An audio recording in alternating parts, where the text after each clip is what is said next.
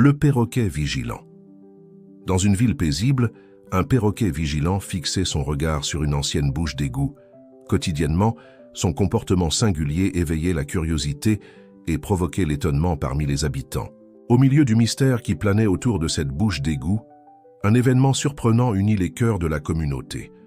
Des secrets cachés émergèrent, transformant le destin de tous. Avant de découvrir chaque détail de ce récit émouvant, n'oubliez pas de vous abonner à la chaîne pour plus d'histoires percutantes. Dans la paisible ville de Val-des-Chênes, où le temps semblait s'écouler plus lentement et où les gens se saluaient encore par leur nom, Madame Émilie observait avec une curiosité grandissante le comportement singulier d'un perroquet au plumage vert et bleu éclatant.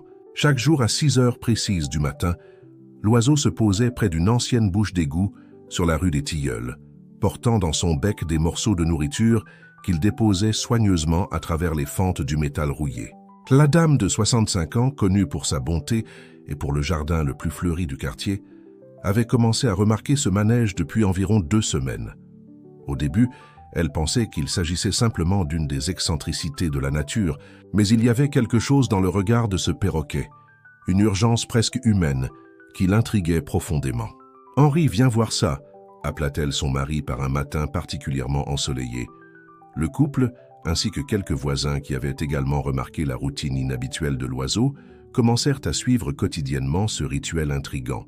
Le perroquet ne se contentait pas de laisser de la nourriture, mais émettait également des sons qui ressemblaient à des appels, comme s'il essayait de communiquer quelque chose d'important.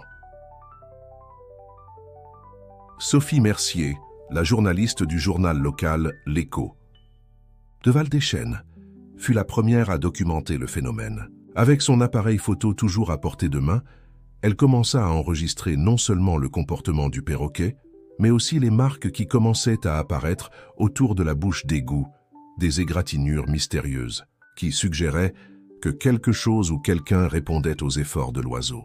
La nouvelle du perroquet vigilant, comme on commença à l'appeler, se répandit rapidement dans la ville.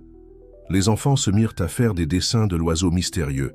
Les personnes âgées discutaient de théories pendant leur partie, de dominos sur la place, et même le maire, lors de sa dernière apparition publique, mentionna l'affaire comme un phénomène digne d'investigation.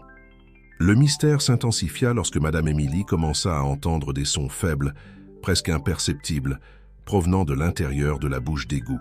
« Ce ne sont pas simplement des bruits d'égout », insistait-elle auprès de quiconque voulait bien l'écouter. « Il se passe quelque chose de plus là-dessous. » La communauté, initialement sceptique, commença à prêter plus d'attention. Les commerçants des environs commencèrent à laisser des bols d'eau et de nourriture près de l'endroit, en solidarité avec l'effort inexplicable du perroquet. Le boulanger, M. Pierre, jurait avoir vu l'oiseau converser avec un autre perroquet, comme s'ils conspiraient ensemble. Sophie Mercier, percevant qu'il y avait plus dans cette histoire qu'il n'y paraissait, entama une enquête plus approfondie. Dans ses notes, elle consigna des schémas curieux. Le perroquet apparaissait toujours aux mêmes heures, ses vols suivaient un itinéraire spécifique et, plus intrigant encore, il semblait avoir une préférence pour certains types d'aliments, particulièrement les saucisses et les morceaux de viande. La journaliste remarqua également quelque chose de troublant. Ces dernières semaines, il y avait eu une augmentation significative du nombre de publications sur les réseaux sociaux concernant des animaux disparus dans la région. Bien qu'il n'y eût pas de lien évident, son instinct lui disait qu'il y avait là une histoire plus importante qui attendait d'être découverte. Pendant ce temps, Madame Émilie poursuivait sa vigile silencieuse, observant le perroquet avec une admiration croissante. Elle commença à tenir un journal détaillé de ses observations, notant chaque petit détail du comportement de l'oiseau. « Il y a une intelligence dans ses yeux », écrivit-elle dans l'une de ses entrées, « une sagesse qui va au-delà de l'instinct animal. » Au fil des jours, de plus en plus de personnes rejoignaient la vigile informelle qui s'était formée autour de la bouche d'égout. Des bénévoles du refuge pour animaux local commencèrent à faire des visites régulières, intrigués par les récits de plus en plus fréquents de sons mystérieux provenant du sous-sol. Le perroquet, apparemment indifférent à l'agitation qu'il provoquait, poursuivait sa mission quotidienne avec une détermination inébranlable. Son comportement méthodique et persistant commença à susciter non seulement la curiosité, mais aussi un sentiment d'admiration et de respect dans la communauté. C'est un jeudi, alors que le soleil commençait à se coucher et que les premières étoiles apparaissaient dans le ciel, que Madame Émilie prit une décision qui changerait non seulement sa vie, mais celle de toute la ville. Elle allait découvrir, coûte que coûte, quel était le secret que ce perroquet gardait avec tant de soin. Le lendemain matin, Madame Émilie se réveilla avant l'aube, déterminée à percer le mystère. Équipée d'une lampe de poche, de gants de jardinage et accompagnée de Sophie Mercier, qui insista pour tout documenter, elle se dirigea vers la bouche d'égout. Le perroquet, comme s'il pressentait l'importance de ce moment, était déjà là, plus agité que d'habitude. « Il semble différent aujourd'hui », observa Sophie Mercier en ajustant son appareil photo. « Plus anxieux peut-être. » L'oiseau volait, en cercle, émettant des sons qui semblaient être un mélange d'appels et de mots incomplets. Ses mouvements étaient plus frénétiques, presque désespérés. Alors qu'elle s'approchait, un son distinct émergea des profondeurs de la bouche d'égout. Un miaulement faible, presque imperceptible, mais inconfondable. Madame Émilie et Sophie Mercier échangèrent des regards significatifs. Le perroquet, à ce moment-là, se posa sur l'épaule de la dame, comme s'il donnait son approbation pour ce qui était sur le point de se produire. Avec l'aide de quelques habitants qui commençaient à se rassembler, dont M. Pierre, le boulanger et Jean, le gardien de l'immeuble voisin, ils parvinrent à retirer le lourd couvercle de la bouche d'égout. Ce qu'ils trouvèrent laissa tout le monde sans voix. 3 chatons, maigres et effrayés, se blottissaient dans un petit espace sec, entourés des restes de nourriture que le perroquet avait déposés au cours des semaines. « Je n'arrive pas, c'est à y croire », murmura Sophie Mercier, photographiant la scène. Tout ce temps, il nourrissait ses chatons. La découverte provoqua une vague d'émotion parmi les présents. Le perroquet, maintenant plus calme, observait tout depuis le haut d'un poteau proche, comme un gardien satisfait de l'issue de sa mission. La nouvelle se répandit rapidement dans la ville. Des vétérinaires furent appelés et les chatons, après avoir été secourus avec précaution, reçurent des soins médicaux immédiats. Ils étaient déshydratés et sous-alimentés, mais vivants, grâce à l'intervention improbable d'un perroquet qui avait refusé d'ignorer leur souffrance. Pendant le sauvetage, Sophie Mercier remarqua quelque chose de troublant. Il y avait des marques récentes autour de la bouche d'égout qui suggéraient que quelqu'un avait délibérément placé les chatons là. Ce n'était pas un accident, commenta-t-elle, photographiant les preuves. Quelqu'un les a abandonnés ici intentionnellement. La découverte déclencha une série de révélations inquiétantes. Des habitants commencèrent à signaler avoir vu une voiture sombre circuler dans la région ces dernières semaines, toujours tard dans la nuit. D'autres mentionnèrent avoir trouvé des publications sur les réseaux sociaux concernant un défi qui impliquait d'abandonner des animaux dans des endroits insolites. Madame Émilie, profondément touchée par la situation, offrit sa maison comme refuge temporaire pour les chatons. « C'est le moins que je puisse faire, dit-elle, après tout l'effort de ce perroquet extraordinaire. » L'oiseau, comme s'il comprenait, commença à faire des visites régulières dans son jardin, où les petits chats se rétablissaient. Sophie Mercier, quant à elle, commença à relier les points. Dans son enquête initiale, elle découvrit que des cas similaires avaient été signalés dans des villes voisines. « Il y a un schéma ici », expliqua-t-elle lors d'une réunion d'urgence à l'association des résidents. « Ce n'est pas une coïncidence. » La FINA, communauté mobilisée par la découverte, commença à s'organiser. Un groupe de bénévoles établit des tours de garde pour surveiller des points stratégiques de la ville. Des caméras de sécurité furent installées dans des endroits suspects et une ligne directe pour les signalements fut créée. Le perroquet, désormais considéré comme un héros local, continuait sa routine, mais d'une manière différente. Il commença à circuler dans d'autres zones de la ville, comme s'il cherchait d'autres animaux en danger. Son comportement inspira d'autres habitants à être plus vigilants et à signaler les cas d'abandon. Pendant ce temps, sur les réseaux sociaux, l'histoire du perroquet vigilant devenait virale. Des journalistes de grands médias commencèrent à arriver en ville, attirés par ce récit unique. Mais pour Sophie Mercier, ce n'était que la partie émergée de l'iceberg. Dans ses notes, elle commença à établir des liens entre les abandons et un groupe spécifique de personnes influentes de la région. La découverte des chatons n'était pas la fin de l'histoire, ce n'était que le début de quelque chose de beaucoup plus grand. Une intrigue qui impliquerait toute la ville dans une enquête sur la cruauté envers les animaux.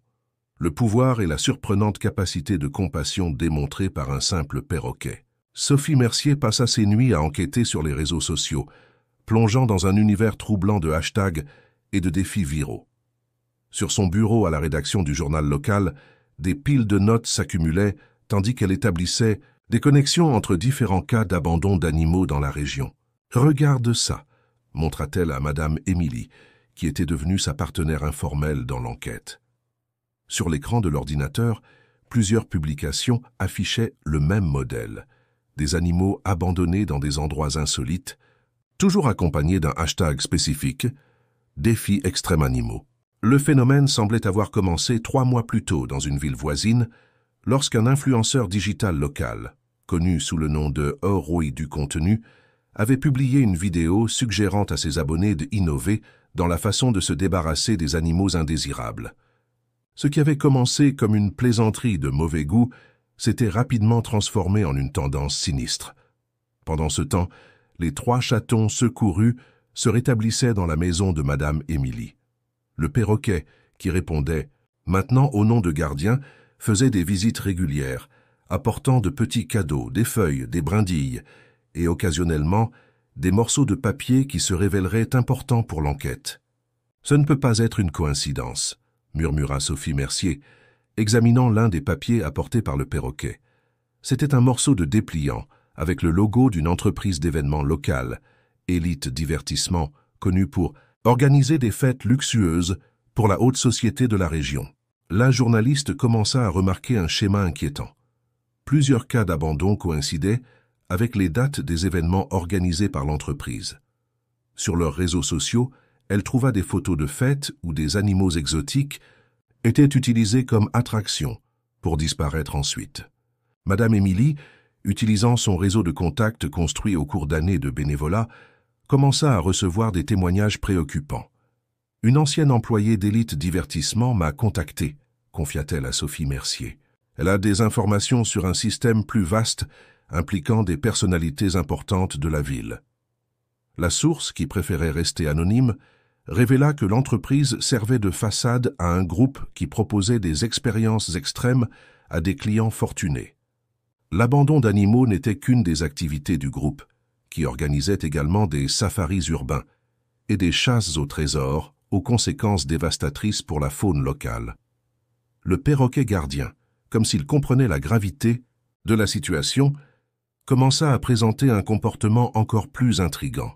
Il se mit à effectuer des vols réguliers au-dessus du siège d'Élite Divertissement, revenant parfois avec de petits objets, des badges jetés, des morceaux de documents, des preuves qui construisaient peu à peu un dossier solide. « Ce n'est pas un perroquet ordinaire », observa Sophie Mercier, après l'avoir vu revenir avec une clé USB perdue dans le parking de l'entreprise. « C'est comme s'il comprenait exactement ce que nous cherchons.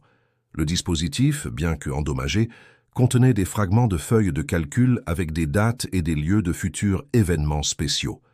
L'enquête prit un nouvel élan lorsque d'autres habitants commencèrent à partager des enregistrements de caméras de sécurité. Dans plusieurs vidéos, on pouvait voir des voitures de luxe s'arrêter dans des coins sombres de la ville tard dans la nuit, suivant toujours un schéma similaire à l'abandon des chatons trouvés dans la bouche d'égout. Madame Émilie, utilisant son influence dans la communauté, organisa un groupe de surveillance citoyenne. Équipés de caméras et de téléphones portables, des bénévoles commencèrent à surveiller des points stratégiques de la ville, particulièrement pendant les événements d'Élite Divertissement. Le perroquet gardien, étonnamment, semblait coordonner ses actions, volant entre les groupes et alertant sur les mouvements suspects. La journaliste commença à recevoir des messages anonymes avec des informations de plus en plus détaillées sur la structure du système. L'un d'eux attira particulièrement son attention. Cherchez le lien entre Élite Divertissement et le conseil municipal des événements.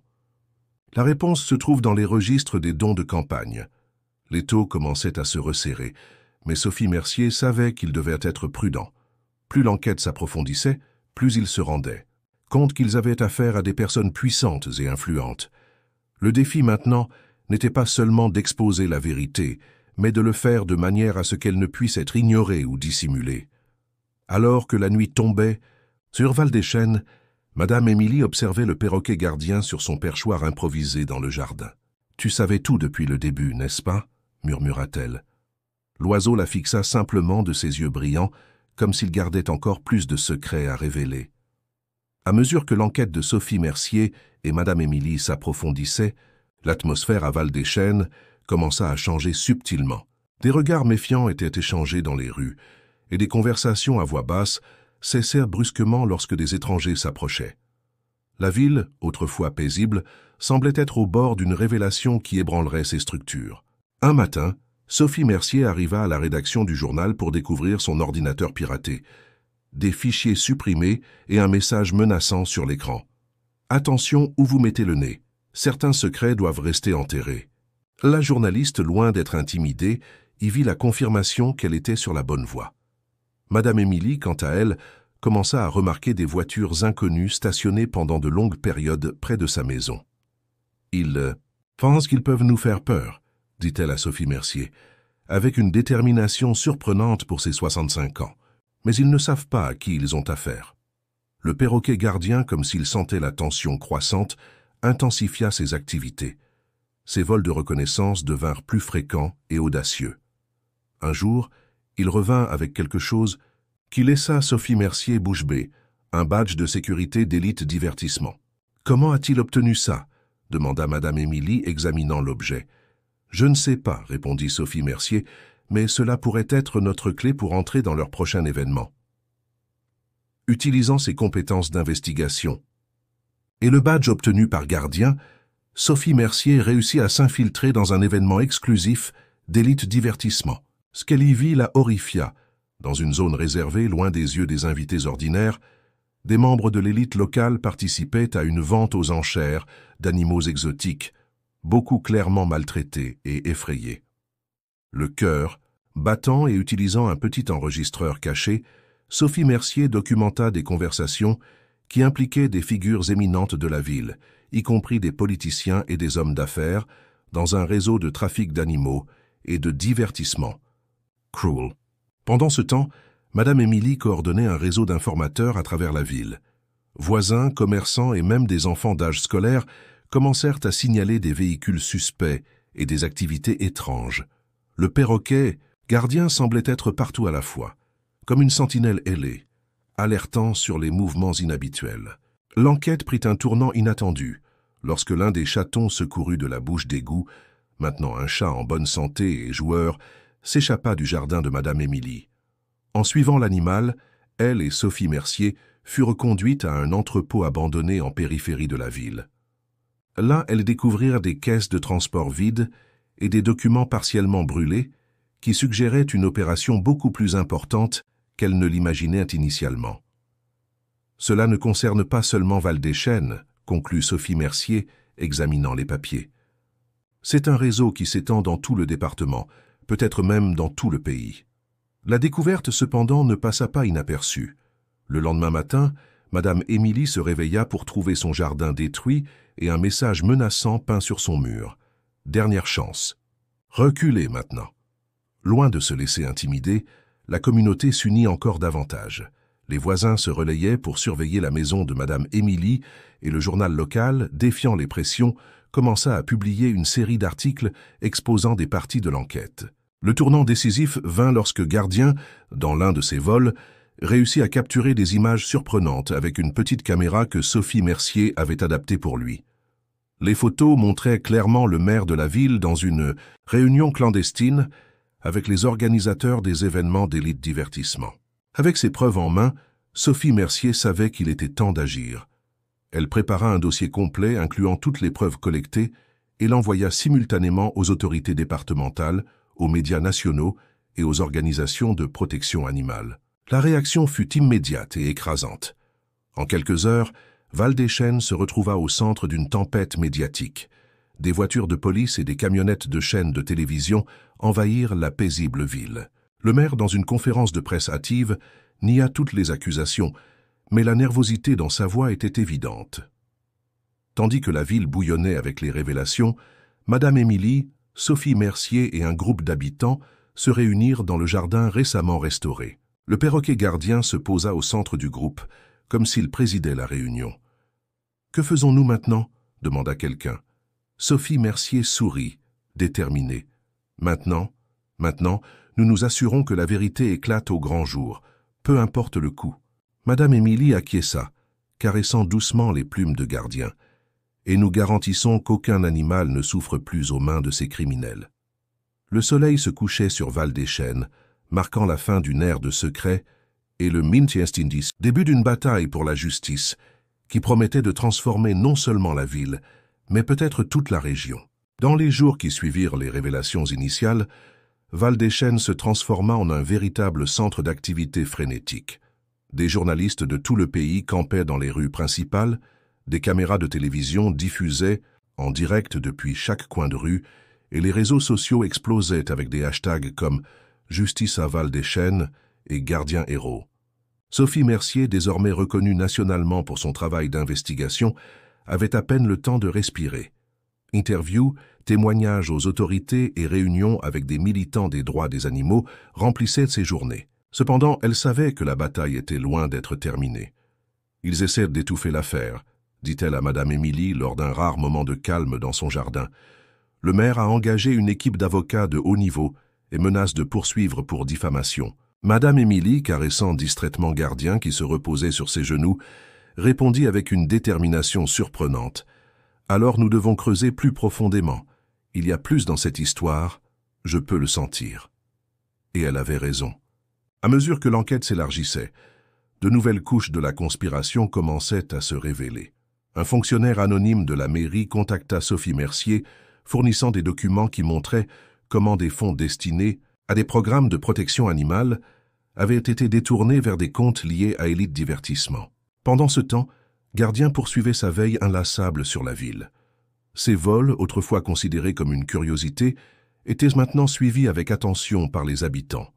Chaque fois que le perroquet s'agitait ou volait en cercle au-dessus d'une zone spécifique, des bénévoles accouraient pour enquêter, découvrant souvent des preuves cruciales ou empêchant de nouveaux cas d'abandon. La communauté de Val-des-Chênes, initialement divisée par le scandale, commença à s'unir de manière surprenante. Un groupe d'adolescents créa une application pour suivre et signaler les activités suspectes liées à la maltraitance animale. Des commerçants locaux se proposèrent d'héberger des animaux secourus, transformant boutiques et restaurants en refuges temporaires. Cependant, tout n'était pas rose. Un soir, Sophie Mercier reçut un appel alarmant de son contact dans la police. Il prévoit une grande opération pour ce soir. Quelque chose d'important va se passer au bois de l'Espérance. Sans perdre de temps, la journaliste mobilisa son réseau de bénévoles. Madame Émilie, malgré les protestations de sa famille, insista pour participer. « Je ne vais pas rester. Assise pendant que notre ville est en danger, » déclara-t-elle, plaçant Gardien sur son épaule. Ce qu'ils trouvèrent dans le bois choqua même les plus préparés. Une opération d'envergure était en cours, avec des camions prêts à transporter des dizaines d'animaux exotiques, dont beaucoup étaient des espèces menacées d'extinction. Élite Divertissement tentait d'évacuer son stock avant que les autorités ne puissent agir. C'est à ce moment que Gardien montra véritablement pourquoi il était considéré comme un héros. Volant entre les camions, il parvint à créer une distraction suffisante pour que Sophie Mercier et les bénévoles alertent les autorités et empêchent la fuite des criminels. La scène qui suivit fut chaotique. Des policiers arrivant sirènes hurlantes, des trafiquants tentant de fuir, et des animaux effrayés étant libérés de leur cage. Au milieu de tout cela, Madame Émilie, avec un courage impressionnant, utilisa ses connaissances en jardinage pour calmer et soigner les animaux secourus. L'opération dans le bois fut le point de bascule. Avec des preuves irréfutables et des témoins oculaires, y compris des journalistes que Sophie Mercier avait convoqués stratégiquement, il n'était plus possible de nier l'existence du réseau criminel. Dans les semaines qui suivirent, une série d'arrestations ébranla la structure du pouvoir de Val-des-Chênes et des villes voisines. Le maire démissionna au milieu d'un tourbillon d'accusations. Des dirigeants d'Élite Divertissement furent inculpés et une enquête fédérale fut ouverte pour tracer les ramifications du système au niveau national. Mais, pour Sophie Mercier, Madame Émilie et les habitants de Val-des-Chênes, le travail ne faisait que commencer. L'exposition du réseau criminel n'était que la première étape. Maintenant, ils étaient confrontés au défi de reconstruire la confiance de la communauté de prendre soin des animaux secourus et de s'assurer que quelque chose de semblable ne se reproduirait jamais. Lors d'une réunion communautaire, tenue dans le même bois qui avait été le théâtre de la confrontation, Sophie Mercier présenta une proposition ambitieuse. Transformer Val-des-Chênes en un modèle national de protection et de coexistence harmonieuse avec les animaux. « Nous ne pouvons pas changer le passé », dit-elle à la foule attentive, avec Gardien perché fièrement sur son épaule, mais nous pouvons construire un avenir où chaque vie, humaine ou animale, est valorisée et protégée. Alors que le soleil se couchait sur le bois de l'Espérance, projetant de longues ombres sur les visages déterminés des habitants, il était clair que l'histoire de Val-des-Chênes était loin d'être terminée. En réalité, un nouveau chapitre plein de défis et d'espoir ne faisait que commencer. Les mois qui suivirent l'exposition du système criminel furent d'une intense activité à Val-des-Chênes. La ville, autrefois connue pour sa tranquillité, bouillonnait maintenant d'énergie et de détermination. L'affaire avait éveillé non seulement l'indignation, mais aussi un profond sens de responsabilité collective. Sophie Mercier, désormais une figure nationale dans la lutte pour les droits des animaux, partageait son temps entre des interviews pour les grands médias et la coordination des efforts locaux de reconstruction. Son bureau à la rédaction du journal s'était transformé en un véritable centre d'opération, avec des cartes, des tableaux et un flux constant de bénévoles. « Nous ne pouvons pas baisser la garde », répétait-elle lors de ses réunions quotidiennes. « Nous avons démantelé un réseau, mais nous savons qu'il en existe d'autres. » Madame Émilie, quant à elle, canalisa sa passion pour le jardinage vers un projet ambitieux, la transformation du bois de l'Espérance en un sanctuaire pour animaux secourus. Avec l'aide de biologistes et de vétérinaires bénévoles, elle supervisait la création d'habitats adaptés aux diverses espèces récupérées lors de l'opération contre Élite Divertissement. Le perroquet Gardien, maintenant une célébrité locale, semblait comprendre son nouveau rôle. Il accompagnait Madame Émilie dans ses rondes au sanctuaire, son regard attentif, captant tout signe de perturbation ou de besoin parmi les animaux. Pendant ce temps, la ville traversait une profonde transformation. Le nouveau gouvernement intérimaire, sous la pression de l'opinion publique, mit en œuvre une série de mesures progressistes, création d'un département spécialisé dans le bien-être animal, programmes éducatifs dans les écoles sur le respect de la vie sauvage et incitation fiscale pour les entreprises qui adoptaient des pratiques durables et éthiques envers les animaux. Cependant, tout n'était pas rose. À mesure que Val-des-Chênes devenait un symbole de résistance et de changement, des forces contraires commencèrent à se manifester. Des entrepreneurs liés à l'ancien système, craignant de perdre leurs privilèges, lancèrent une campagne de désinformation, alléguant que les nouvelles politiques nuisaient à l'économie locale. C'est dans ce climat de tension que Sophie Mercier reçut une information alarmante. Un groupe d'investisseurs prévoyait de construire un grand complexe de divertissement aux abords de la ville, menaçant des zones de préservation environnementale. « Et ils essaient de revenir par la porte dérobée », expliqua-t-elle lors d'une réunion d'urgence avec des leaders communautaires. « Nous devons agir rapidement. » La journaliste savait que la bataille se jouerait désormais non seulement dans les rues, mais aussi dans les couloirs du pouvoir et dans l'opinion publique. Elle convoqua une équipe de jeunes militants numériques pour combattre la désinformation sur les réseaux sociaux et lança une série de reportages d'investigation exposant les liens entre les nouveaux investisseurs et l'ancien réseau criminel. Madame Émilie, de son côté, mobilisa son vaste réseau de contacts. Des agriculteurs locaux, préoccupés par l'impact environnemental du projet, s'unirent à des écologistes de tout le pays dans une série de manifestations pacifiques, formant des chaînes humaines autour des zones menacées. Le point culminant de cette résistance survint lorsque Gardien, pendant l'un de ses vols de reconnaissance, découvrit une réunion secrète entre les investisseurs et des politiciens corrompus dans une ferme isolée. Sophie Mercier, alertée par le comportement agité du perroquet, parvint à capturer des images compromettantes qui, une fois diffusées, provoquèrent un scandale national. La pression de l'opinion publique devint insoutenable. Le projet du complexe de divertissement fut annulé et une enquête fédérale fut ouverte pour examiner les nouvelles allégations de corruption. Cette victoire, cependant, eut un prix. Sophie Mercier et Madame Émilie commencèrent à recevoir des menaces voilées. Des voitures inconnues circulaient fréquemment devant leur maison et des messages intimidants apparaissaient dans leurs boîtes aux lettres.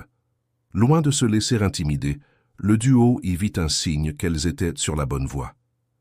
Ils n'attaquent que lorsqu'ils se sentent acculés, observa Sophie Mercier lors d'une de ses longues conversations nocturnes avec Madame Émilie. La communauté, percevant le danger, s'unit encore davantage. Un système de surveillance communautaire fut établi, avec des voisins se relayant pour assurer la sécurité de Sophie Mercier, Madame Émilie et d'autres activistes éminents. Pendant ce temps, le travail au sanctuaire continuait.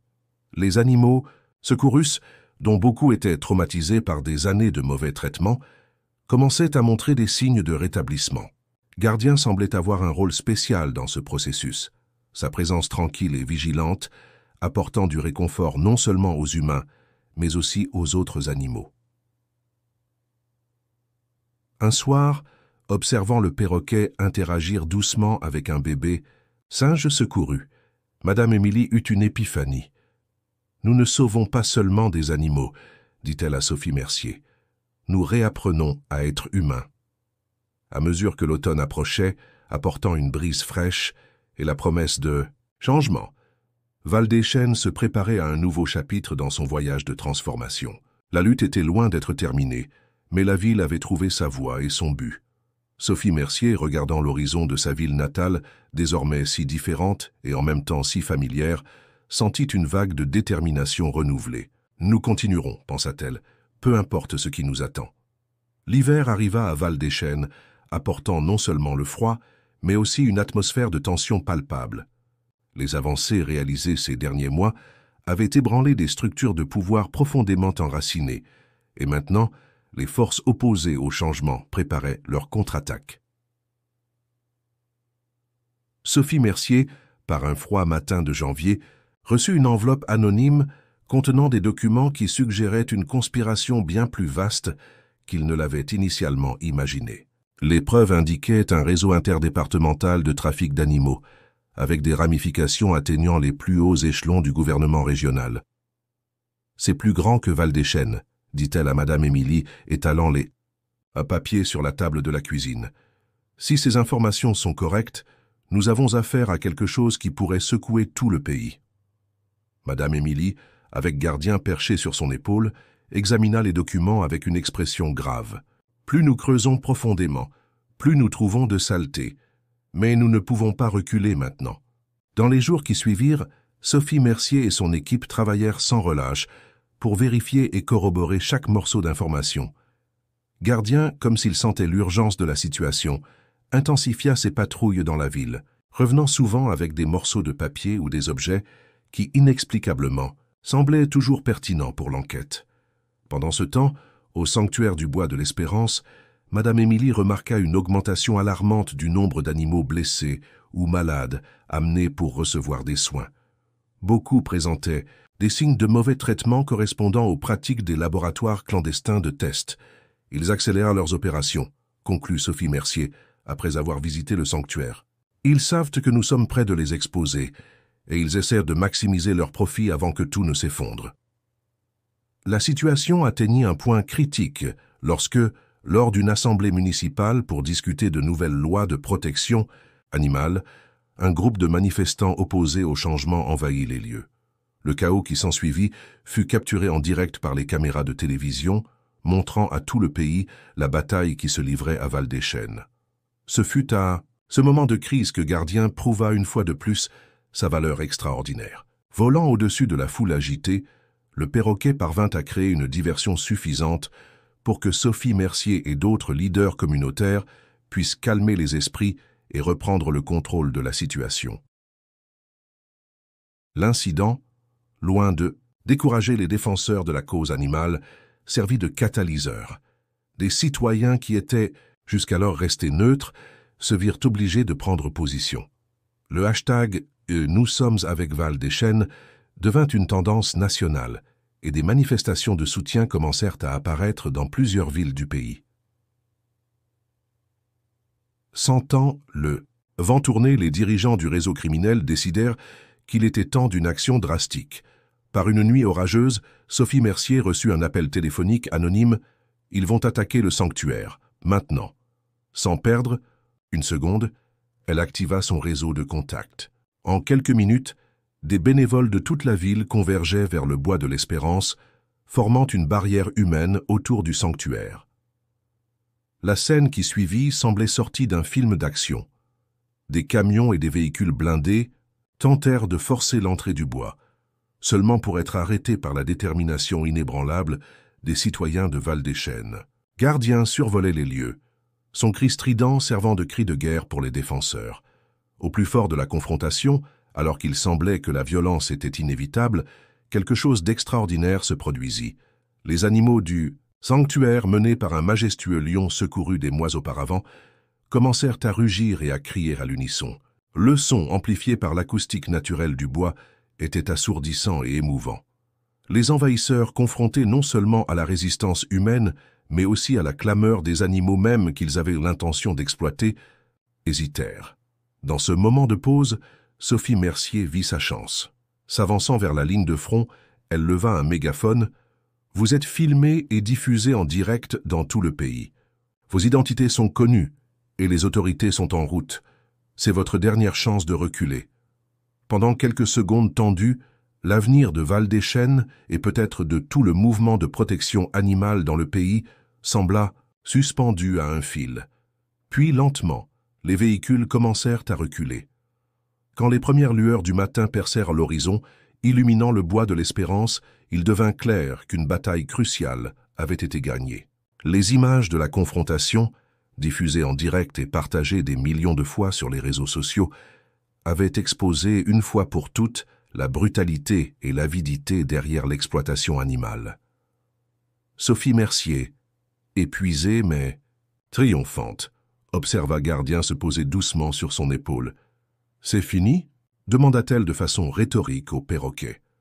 Madame Émilie, s'approchant avec un sourire fatigué, répondit « Non, ma chère, ce n'est que le début. » Alors que le soleil se levait sur Val-des-Chênes, illuminant une ville transformée par le courage et la détermination de ses citoyens, il était clair qu'une nouvelle ère commençait. Une ère de respect, de compassion et d'harmonie entre humains et animaux. Un an s'était écoulé depuis la nuit fatidique au bois de l'Espérance. Val-des-Chênes, autrefois une paisible ville de province, s'était transformée en épicentre d'une révolution nationale pour la protection des droits des animaux. L'automne peignait les arbres de teintes dorées et rouges, symbolisant la transformation que la communauté avait traversée. Sophie Mercier, désormais reconnue internationalement comme l'une des principales voix dans la défense des animaux, marchait dans les rues de sa ville natale avec un mélange de fierté et de nostalgie. Les vitrines des magasins affichaient des affiches promouvant l'adoption responsable, les restaurants annonçaient fièrement leurs menus végétaliens et les enfants jouaient dans les parcs sous le regard attentif de chiens secourus, maintenant partie intégrante de la garde municipale. « Qui aurait cru que nous irions si loin ?» murmura-t-elle à Gardien qui, comme toujours, était perché sur son épaule. Le perroquet, maintenant un symbole national de résistance et d'espoir, émit un doux Val-des-Chênes en réponse, faisant sourire Sophie Mercier. Au cœur de la ville, l'ancien bâtiment d'élite divertissement avait été transformé en un centre d'éducation environnementale et une clinique vétérinaire gratuite. Madame Émilie, infatigable comme toujours malgré ses 66 ans désormais, coordonnait un groupe d'enfants dans une leçon sur l'importance de la biodiversité. « Souvenez-vous, petit, » disait-elle avec une lueur dans les yeux, « chaque créature, aussi petite soit-elle, a un rôle important dans notre monde. » Le sanctuaire du bois de l'Espérance, théâtre de la confrontation finale un an auparavant, avait fleuri au-delà des attentes les plus optimistes. Ce qui était auparavant une modeste zone de préservation s'étendait maintenant sur des kilomètres, se connectant à d'autres parcs de la région et formant un corridor écologique vital pour diverses espèces. Mais tout n'était pas rose. La lutte contre l'exploitation animale était continue, et Sophie Mercier le savait mieux que quiconque. Son enquête avait déclenché une série de procès judiciaires et d'investigations qui étaient encore en cours.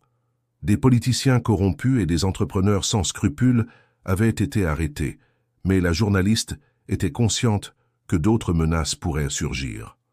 « Vigilance est le prix de la liberté », rappelait-elle fréquemment aux citoyens de Val-des-Chênes lors de ses conférences hebdomadaires sur la place centrale. Cet après-midi-là, Sophie Mercier avait un engagement spécial. Le gouvernement régional, sous la pression de l'opinion publique et inspiré par l'exemple de Val-des-Chênes, était sur le point d'approuver la législation de protection animale la plus complète jamais vue dans le pays. La journaliste avait été invitée à prendre la parole à l'Assemblée législative. Alors qu'elle se préparait pour le voyage, réfléchissant au discours qu'elle ferait, Sophie Mercier fut surprise par une visite inattendue. Henri, le mari de Madame Émilie, apparut à sa porte avec une expression inquiète. « C'est Émilie, dit-il essoufflé. Elle s'est évanouie au sanctuaire. On l'emmène à l'hôpital maintenant. » Le cœur de Sophie Mercier se glaça. En quelques minutes, elle était à l'hôpital, gardien fidèlement à ses côtés, attendant des nouvelles. Les heures s'écoulèrent, lentement, chaque minute semblant une éternité. Finalement, le médecin apparut avec des nouvelles réconfortantes. Madame Émilie allait bien, simplement épuisée par son rythme de travail incessant. Elle aurait besoin de repos, mais se rétablirait complètement. Soulagée, mais encore secouée par la frayeur, Sophie Mercier entra dans la chambre d'hôpital. Madame Émilie, pâle mais souriante, tenait la main d'Henri. « Ne t'inquiète pas, ma chère, dit la dame, sa voix faible mais déterminée. Il faudra plus qu'un évanouissement pour m'abattre. » Sophie Mercier sentit des larmes dans ses yeux. « Vous devez prendre soin de vous, Madame Émilie. Val-des-Chênes a besoin de vous. J'ai besoin de vous. » C'est à ce moment que Gardien, qui était resté silencieux jusque-là, lâcha une phrase qui laissa tout le monde bouche bée. « Famille, prendre soin, aimer. » Le silence qui suivit fut rompu par le rire ému de Madame Émilie. « Voyez-vous, dit-elle, même Gardien sait ce qui est vraiment important. » Ce moment à l'hôpital cristallisa quelque chose que Sophie Mercier ressentait depuis des mois.